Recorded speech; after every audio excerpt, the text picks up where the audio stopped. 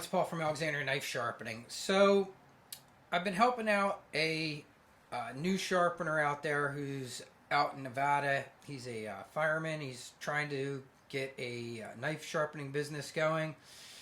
And he sent me a text last night and he said, Paul, I can't get my best scores under 320. What am I doing wrong? So, and he sent a couple short clips of him sharpening. And here's a couple things that I noticed right off the bat that I could pick up from just watching his video. But I'm going to add a couple other things here just to help any of you else out there that are new to sharpening. And just let me say this too. This is important. This is also a skill, okay?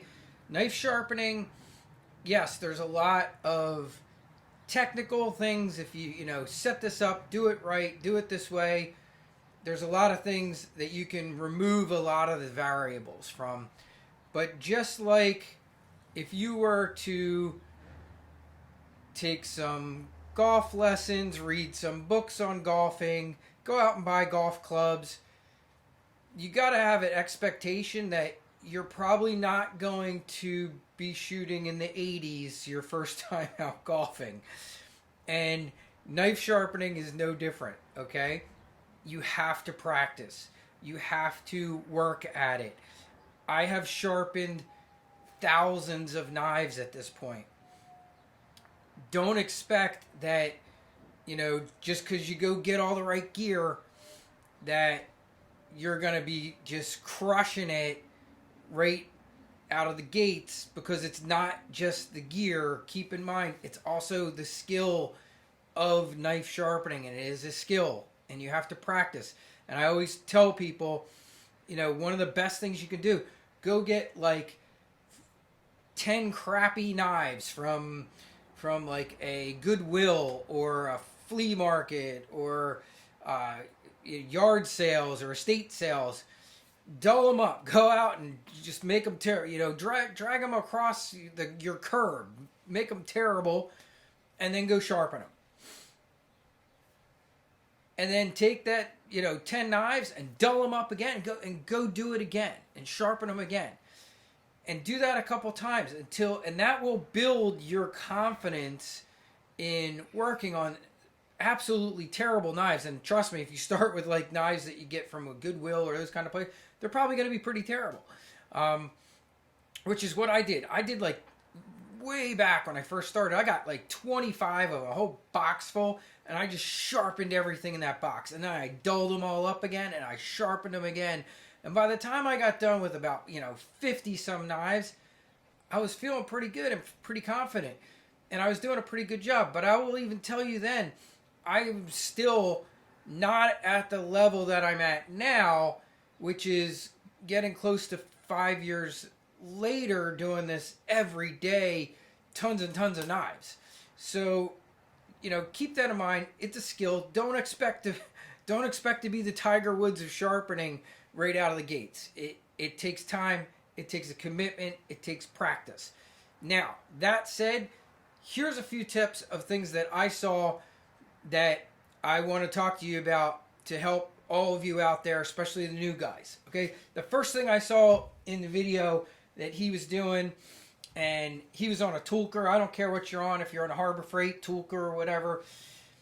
He had rubber gloves on, complete like black nitrate rubber gloves. He was a fireman. I was a cop, so he probably has tons of rubber gloves. I always had tons of them. In my opinion, bad move. Can I get away with it now? I can, but you lose all the feel. So a lot of knife sharpening is feel. So the first thing you're going to be feeling for is a burr.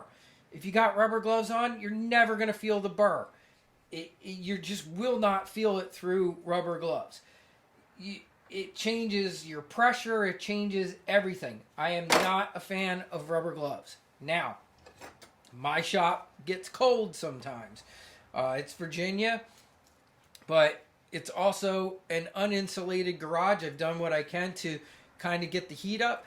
But when we have really, really cold weather, which so far this year we haven't had, So it's been nice in my shop. It's usually around 60 degrees in here, 63, 64. But I have had times when it was 17 degrees out or 15 degrees out. It's cold. So sometimes I will wear gloves, but I'm going to show you what they look like. If I put on gloves, they are either something like this with the fingertips literally cut out of them, because I still want to feel what's going on. So I'll have some gloves, but I will literally cut the fingers right off. And I also have some cut resistant gloves and they make them that you can get them this way with no fingers. In fact, let me see if I can grab a pair to show you what those look like. So here are my one set of cut resistant gloves that sometimes I'll wear these too. And you can buy them like this with no fingers. These are great. It's a good option if you want to wear a glove. And, they also do give you some protection too, because, maybe once a year I cut myself by accident. The only time I wear a full glove is when I'm working on scissors, especially when I do barber salon shears. I'll put on a full cut resistant glove with fingertips if I have to get some of the leftover Ukami gold off. Because that's the one thing I've cut myself on the most, is trying to clean scissors off. And even knives, when I've been cut, it's been like cleaning or polishing. It's never sharpening. I've never cut myself when I'm sharpening a knife. It's always been cleaning or trying to get something off of the finish of a knife. So that's my take on gloves. I'm not a fan, but if you're going to wear them, I say no fingertips on them, so that you get the feel and the information that you get back from sharpening that comes through your fingertips. Okay, the next thing I noticed was his pressure was very, very, very light. And I could tell from the sound he wasn't pushing into the belt. And he was using a Cubitron belt like this one at the time. You're going to want to put a decent amount of pressure in there. So make sure you're using a decent amount of pressure when you're pushing into your belt. You should see a little bit of stuff coming off. If you're going way too light, that could be the problem. The next thing I noticed was that he was also going too slow, in my opinion. He was really kind of lingering and going slow. That's just going to wear your belt, and it's also going to wear the knife unevenly. You want to have a nice kind of steady stroke to it. There are times you might have to focus on a particular area a little bit more, or spend a little more time on a certain area of a knife, but be conscious of your stroke and your stroke speed. You do want to keep it moving, especially when you're doing belt sharpening, because there is some heat buildup, and especially when you're on a Trizac belt. Not so concerning on a Cubitron belt. They don't generate a lot of heat. Trizac belts do generate a significant amount of heat, so you do want to keep moving when you're on your Trizac belts. That's one of the reasons why I do love my Tormek machines with my CBN wheels, because those things produce no heat. It's just amazing how cool they stay. And I can kind of linger on an area on a knife and not have to worry about overheating it. But that's just one other point I wanted to make. Make sure you're moving along with your stroke.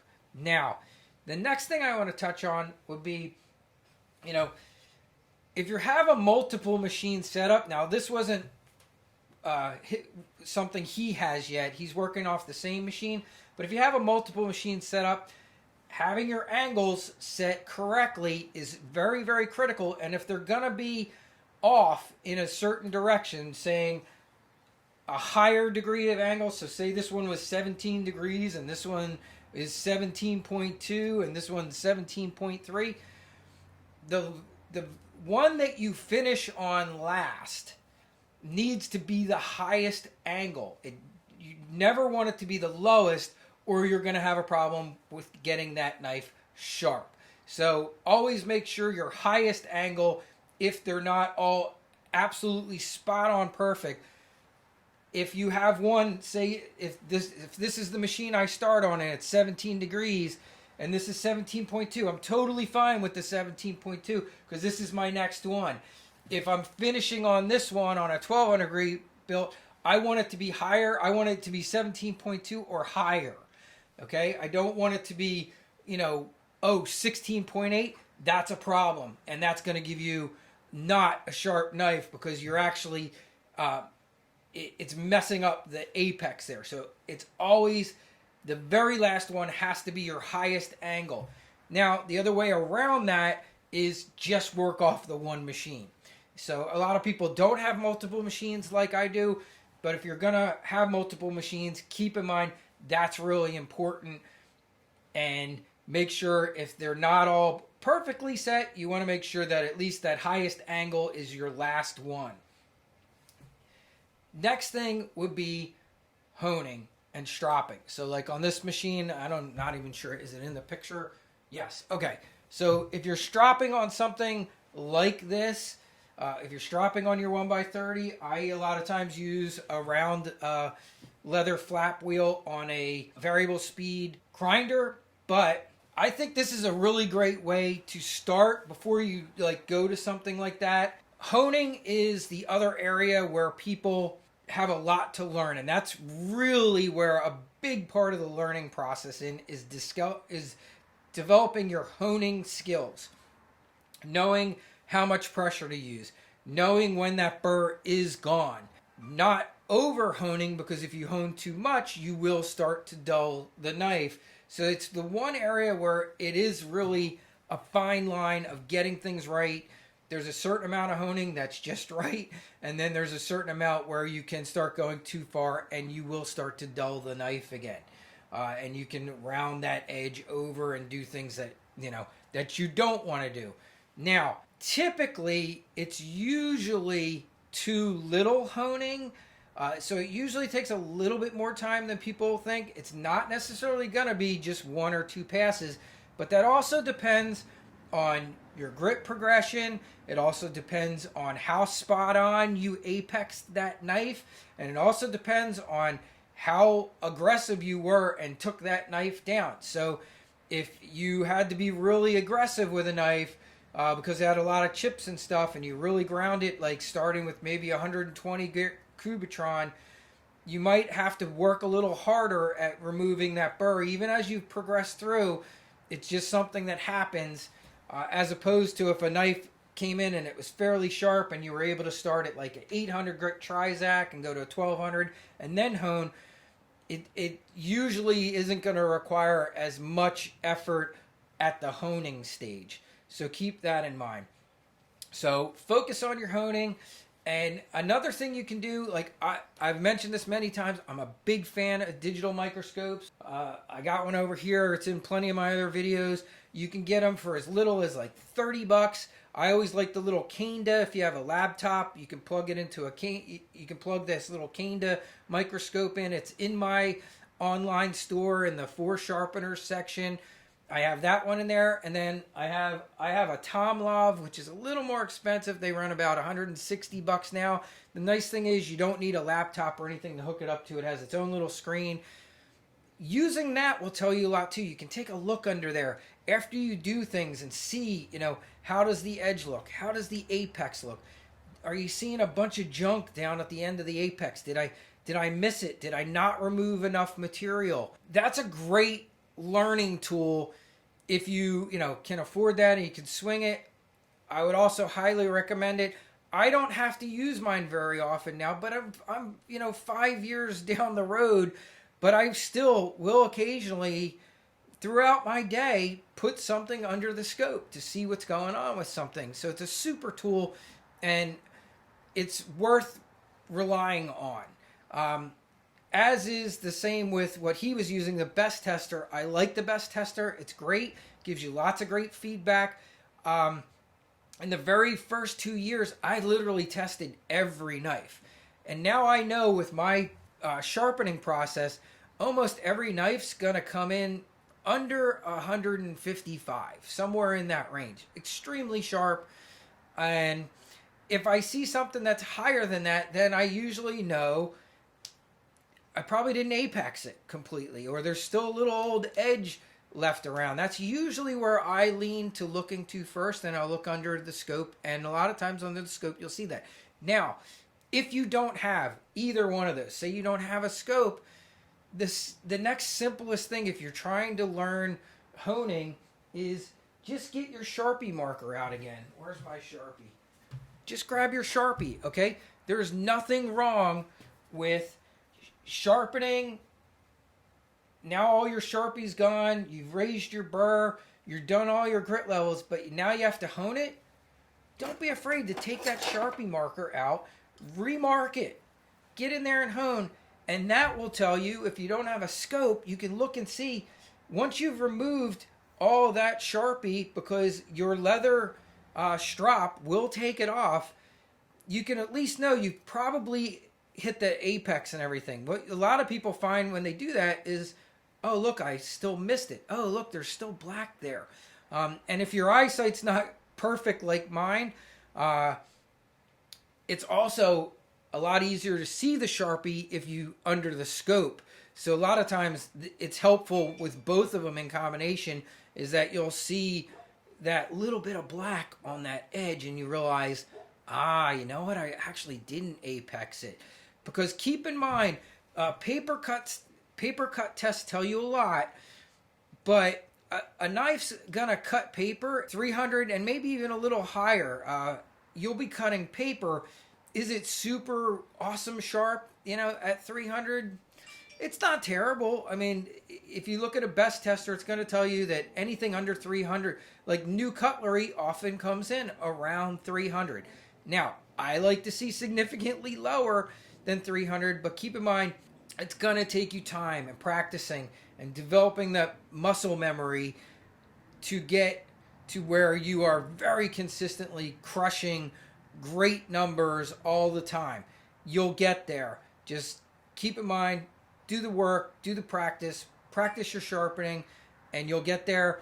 And don't be, overly concerned that if right out of the gates you're not getting, best scores of, 120, 110, or even lower, or even under 100.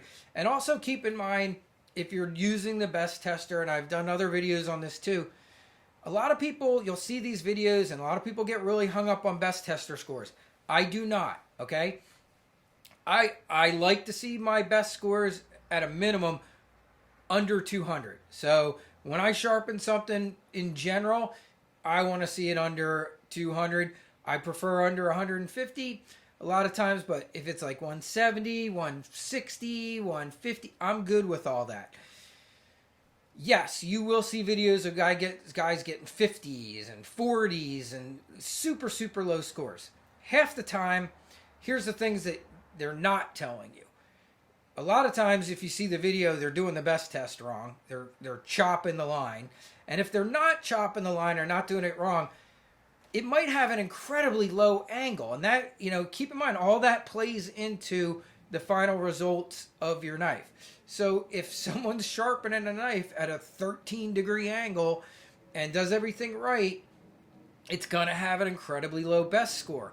Now, could there be problems with it? Yeah, depending on the knife, it could be a knife that they go use 2 or 3 times and then it's dull again. So best scores are great. They're great to give you an idea of what's going on with a knife, but don't get so obsessed with, the crazy low scores that you see. I think there's way too much emphasis put on, you'll see these videos of guys trying to get these super low scores. It's kind of like golf, trying to get, shoot that perfect 70 number or whatever.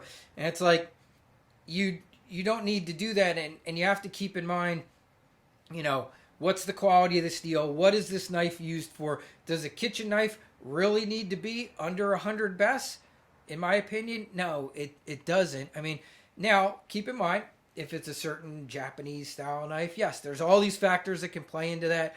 But, let's just talk in general. A Wüsthof, a Henkel's, do they need to be under 100? Absolutely not, And to get it there, you might have to have too low of an angle, and then the knife's going to go dull too soon on somebody. So, as I've mentioned many times, I'll just put mine out there.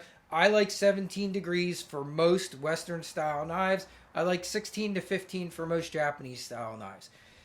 But, don't get hung up on your best scores. Use it as a tool to teach you. Use it as a tool to get the results that you want. Use it as a tool to try out new methods and new products and new things to see if you're getting better results with it. But don't get so obsessed with it that it takes up too much of your time sharpening too, because it's easy to do.